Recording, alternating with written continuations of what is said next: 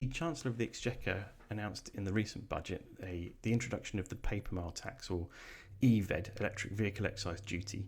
She also announced an increase in the fuel duty for petrol and diesel cars, first increase in 15 years. That's going to take effect around summertime next year, going into 2027. And earlier in the year, the expensive car supplement was introduced to electric cars, priced at $40,000 from the 1st of April 2025. And in the budget, that threshold was increased to $50,000 and applied retrospectively. So when we look at taxes on cars, we don't often think about the stealth taxes. And those stealth taxes don't come from the Chancellor, they come from the manufacturer. And they're called car subscriptions. I pay one on my car. And these car subscriptions can vary from manufacturer to manufacturer as to specifically what they do. So in my car, for example, I pay £9.99 a month and I get a whole host of features. And you can't split it down. It's just you either pay it or you don't. And you can sign into your app and delete it 1 month and add it the next, etc., etc. Or you can just keep it as ongoing, as I do. There's a lot of useful features on there as well, so I get value for money from that. Again, it's ongoing revenue for the manufacturer, and this is a good business model for manufacturers. It's not a good experience for the customer, but it's a good business model for the manufacturer because they have recurring revenue from it.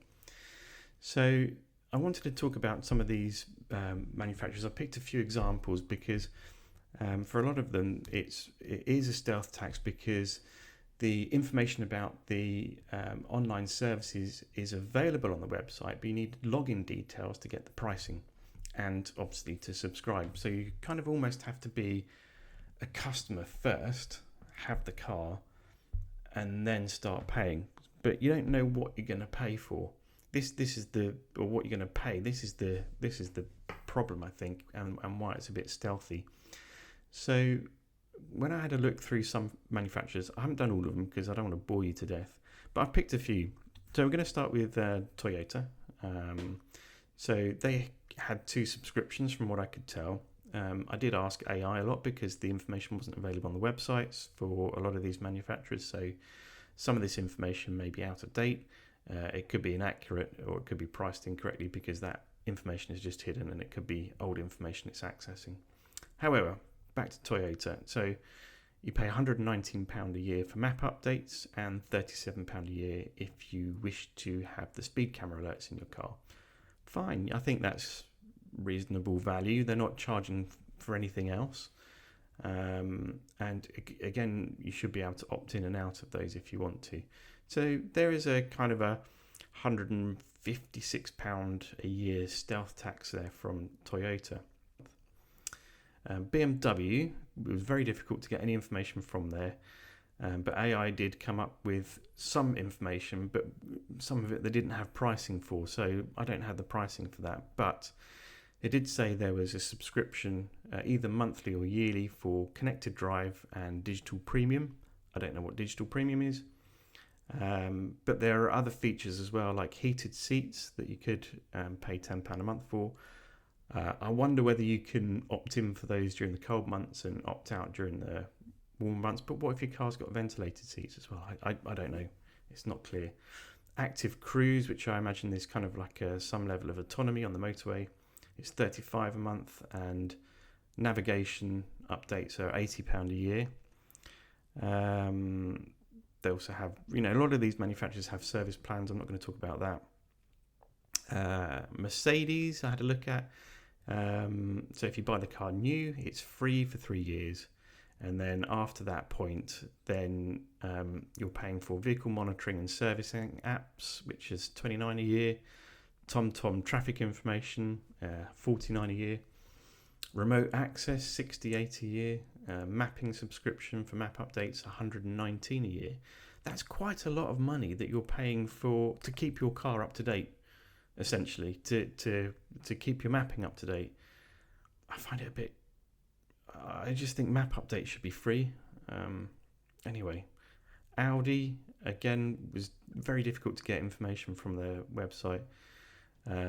But we got navigation infotainment plan is approximately $11.50 a month or $115 a year. Not too harsh. And then they've got like a pro plan subscription for EV drivers to find public charging stations and get discounts on charging. So that might be worth it for quite a few people. It's £16 a month, and you get discounts from charging providers like Ionity and Podpoint, etc. I'd hope there's going to be more information on their website.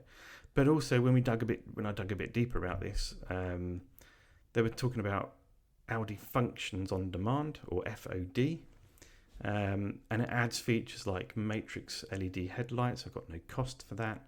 Adaptive cruise assist, there's no cost. Navigation for subscriptions. So basic connectivity is $37 a year, and then it's kind of vague as to what else you have to pay for. Again, it's not clear unless you get a login. You're an Audi customer. Ford, though, very transparent on their website. So everything on their website was easy to find as well. So premium connectivity is £5 a month, and it states you get streaming videos, music, Alexa for smart home devices, hands-free, so you can ask Alexa stuff in your vehicle. Connected navigation is $5.49 a month for real-time traffic information and live pricing and availability for charging, pricing and parking. I think that's really good value for money. Those two features there, you're paying £10.48 a month, and you're getting quite good value for that, I feel. Again, still a stealth tax. And on some models, I think like the Mach-E, you get Blue Cruise, which is £18 a month, which gives you hands-off, eyes-on driving technology. So semi-autonomous on the motorway. Vauxhall, I think I found this on their website as well. Although I found some costs on their websites and some not. You need a Vauxhall account. So Connect One, which is schedule your charging, locate charging stations, emergency call. Don't know what the cost is. I mean, that should be standard on an EV. Schedule charging, locate charging stations. I mean, I hope there's no cost associated. Honestly, I really do. If there is, it's just a horrible tax to pay, isn't it? To ensure that you can find somewhere to get fuel. It's pathetic. Anyway, Connect Plus is all of the above, plus real-time traffic, speed cameras, alert, parking info, use of an app. I mean, again, so you've got a two-tier system there with Connect One and Connect Plus. Connect Plus gives you all of Connect One plus real-time traffic as well. Again, don't know the cost of that. They did have a cost of life navigation, so this gives you kind of an understanding of where the costs might start with a Connect One and Connect Plus. So life navigation for online traffic and road safety alerts is £9 a month or $8.99 a month. Chat GPT is £15 a month. Connect Alarm at $49. E-Routes plan a stress-free electric trip at £4 a month. Live Navigation Plus, $8.99 per month as a standalone from Connect Plus. Again, there's a lot of extras on top of this, so all of those could add up per month, and they don't seem to show you a per year cost either. So it's not like you can like with streaming services, if you pay an up year cost, you might get it a bit cheaper.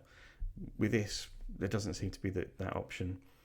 So and again, like with Tesla, it's $9.99 a month, and that information was available on the website, but it took a little bit of digging around to do it. But I feel I get good value for money from that. So there is an awful lot here, and it depends from manufacturer to manufacturer, and it doesn't seem to be particularly regulated either. That they can start charging you for all sorts of things in your car. And looking at the Vauxhall one, to find public chargers and it doesn't, and to connect an app, My wife, her MG, she doesn't pay anything for connectivity. She doesn't pay anything for an app. It's all there. Car's connected. The app kind of works. It's an MG though, so you might have to force close it and reopen it again sometimes. But what I would say is that she has Apple CarPlay. So she uses Google Maps, and you can search for electric car charging points via Google Maps, or through CarPlay you can use other navigation apps that will find you chargers as well. So that's always an option. If you want to avoid some of these costs and your car comes with CarPlay standard, that's an option as well. But I would say you want to pay for app connectivity. You need that for a kind of a modern connected car. So yeah, that was it. Just wanted to kind of touch on that, and just a video to really talk about these stealth taxes that are kind of there by the manufacturer on top of your new EVED when that comes in, and potentially your expensive car supplement. You need to be aware of all the costs, and this isn't just for electric cars. This is for all connected cars. This including internal combustion cars as well. So this isn't EV specific, but just be aware of these costs, and hopefully you can go in a bit more prepared. I'd always advise asking about those in the dealership, just so you can get some upfront information. But there we go.